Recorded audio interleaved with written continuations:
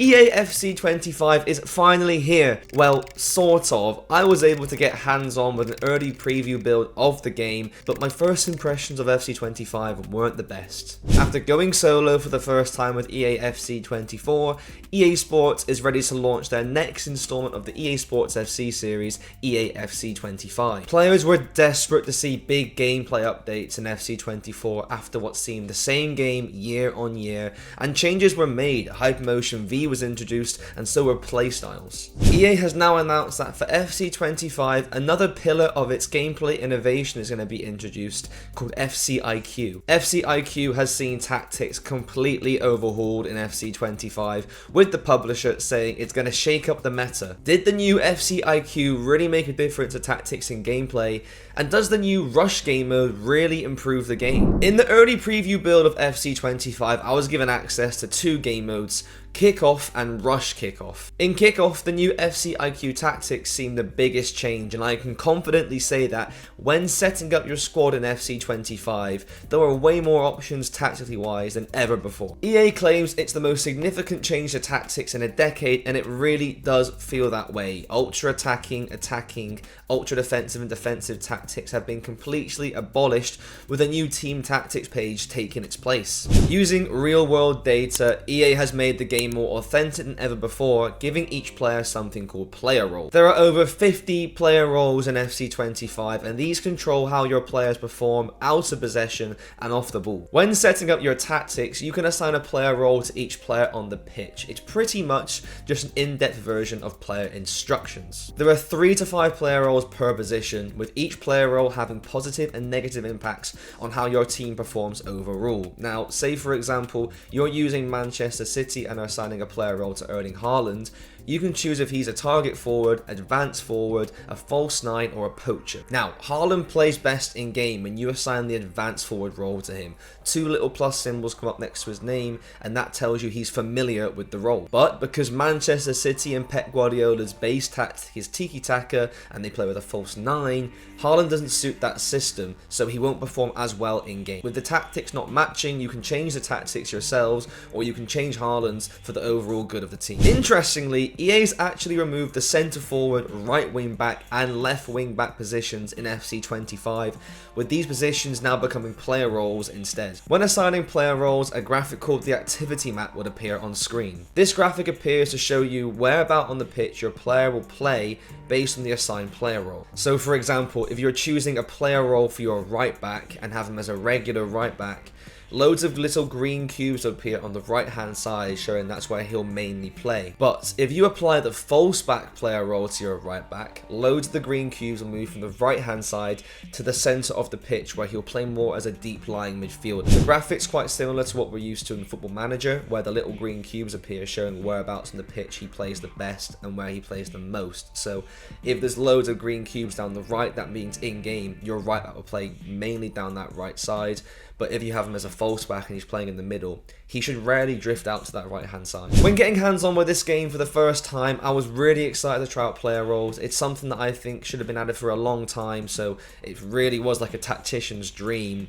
But unfortunately, it just didn't replicate in-game like it did in the graphics beforehand. The player roles for me did not have a big impact at all. If I had my right back as a false back, who was mainly in the middle as a deep-lying midfielder, how, sometimes Trent Alexander-Arnold would play for Liverpool, he would still drift out to the right more than not, or big holes would be left in positions where he should be. In fact, the majority of the time, it felt the exact same as player instructions in FC 24. I know there's more detail and more fancy words for it, but it really just seems like a glorified player instruction system. Away from the tactics though, I was left underwhelmed by the overall gameplay, because to me, it just felt like a copy and paste game from FC 24. To make the comparison fair, I played FC 25 kickoff games in between FC 24 kickoff games to make sure it was the same sort of pace and standard of the game, and it genuinely felt identical. There were a few differences that were visible, passing being the main one. Passing playstyles felt extremely overpowered, they really felt like the meta,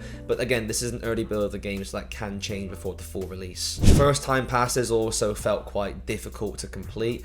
especially if, for example, you're trying to pass the ball when you're not facing the direction you're aiming in. More than likely, that pass will bobble left or right and it will be incomplete. Because of the first time passes rarely working, I find myself slowing down my play, taking care of possession to make sure I don't lose the ball. And I think as an overall game, it was slower, but I didn't hate it. It was still enjoyable, but it just felt extremely similar to FC24. And do you know what? It is really frustrating because I wanted to see some more changes than this. I know it's still using the HyperMotion V technology, so it will be similar, but it felt like a carbon copy, and I can't get my head around it. Sprinting was also extremely sensitive, especially when defending. If I was sprinting towards my own goal and the winger cuts inside, more than likely I kept on going or my turning circle was really slow. It does just feel like I was being pushed to play a slower game, which I'm not angry at, but funnily enough, that's very similar to how the UFL Open Beta played out. It was quite a slow game, and I'm just wondering if EA took a note out of their book with that. A new tactical foul system has also been introduced where you can purposely pull back your opponent on the counter attack, but you will get a yellow card.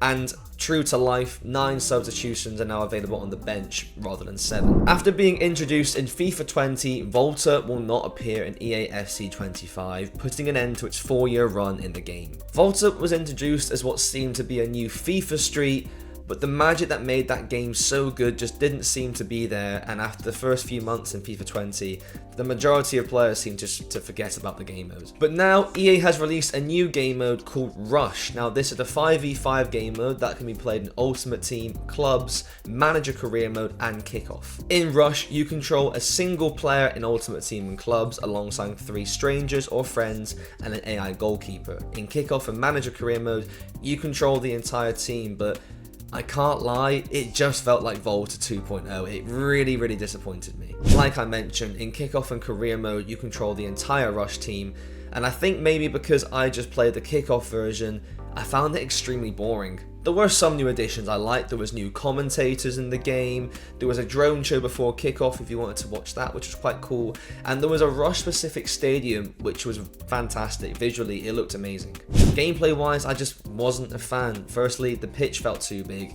It was smaller than the 11v11 size pitch, it was bigger than Volta, but it still just felt too big at times. EA also hasn't changed any of the gameplay mechanics for Rush compared to the 11v11 game, so it was just a regular game on a smaller pitch. There was another flair and skill that you were used to in Volta. Some of the new features were quite cool though. In Rush, the kickoff isn't a regular kickoff. The ball rolls into the center circle and both teams charge at the ball to see who can get there first. It adds a bit more of a competitive edge to the game. There are blue cards in Rush, which means that if your player receives a blue card, you'll serve a 1-minute sin bin and not be able to play the game. Offsides also do exist in Rush because the pitch is bigger, but rather than being in the attacking half, it's the attacking third. One of the most exciting additions of Rush is penalties. Now, it's not your regular penalties. You don't place it on the spot, aim and shoot. Instead, it's a 1v1 with the goalkeeper. So the foul player will get the ball on the halfway line and charge at the goalkeeper trying to score. Now,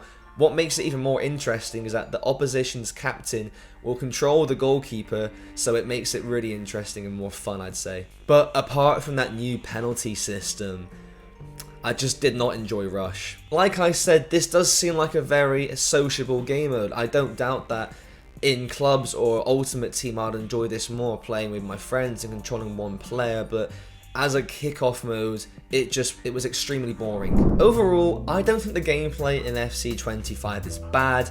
I just think it's way too similar to FC 24. The concept of FC IQ, player roles and team tactics is brilliant. I absolutely love it. I think it's a feature that we've been crying out for years, and it should have been here a long time ago.